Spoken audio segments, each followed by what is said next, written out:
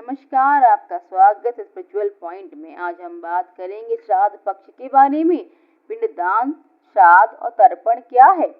इस समय पितृपक्ष चल रहे हैं। इस समय लोग अपने पूर्वजों के निमित्त पिंडदान, श्राद्ध और तर्पण कर रहे हैं। लेकिन क्या आप जानते हैं पिंडदान, श्राद्ध और तर्पण तीनों में क्या अंतर है।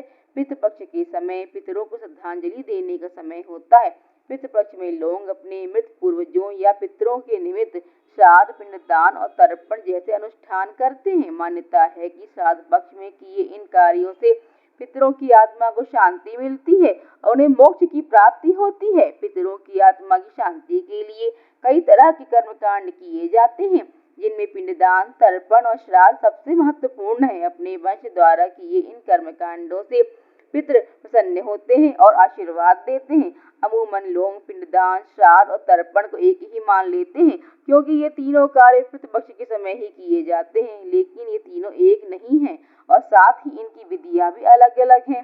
इसलिए आइए आज हम जानेंगे तर्पण, पिंडदान और श्राद्ध में क्या अंतर है। तर्पण क्या है। तर्पण का अर्थ है जल का अर्पण। तर्पण करते समय पितरों को जल, दूध, तिल और कुश अर्पित किया जाता है। मान्यता है कि इससे पितृ संतुष्ट होते हैं। पितृपक्ष के दौरान आप इसे किसी भी दिन कर सकते हैं। तर्पण विधि में तिल मिश्रित जल अर्पित कर पितरों, देवताओं और ऋषियों को तृप्त किया जाता है।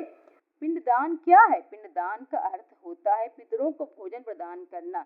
यह पितरों की आत्मा की श्रद्धांजलि देने का अनुष्ठान है। पिंडदान इसलिए भी जरूरी है क्योंकि पितरों की मोह माया छूट सके और वे अपनी आगे की यात्रा शुरू कर सकें।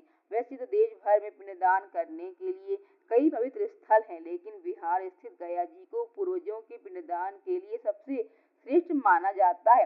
गया जी के समेत हरिद्वार, जगन्नाथपुरी, कुरुक्षेत्र, चित्रकूट, पुष्कर आदि जगहों पर लोग ब्राह्मण से विधि विधान से पिंडदान कराते हैं। श्राद्ध क्या है। पितृपक्ष में किया जाने वाला श्राद्ध कर्म विशिष्ट कर्म कांड है, जिसे पितरों के लिए मुक्ति का मार्ग कहा गया है। इसमें ब्राह्मण पिंडदान, हवन, भोजन और दान जैसे अनुष्ठान कराते हैं। श्राद्ध के दौरान श्राद्धकर्ता को विधिवत नियमों का पालन करना पड़ता है। इसे पंचबली कर्म प्रमुख होता है। इसमें गाय, कौआ, कुत्ता, देवता और चींटियों के लिए भोजन अर्पित किए जाते हैं। इस प्रकार से श्राद्ध पक्ष के बारे में जानकारी दी गई है। अगर आपको हमारा वीडियो अच्छा लगे इसे लाइक, शेयर, सब्सक्राइब करें। धन्यवाद।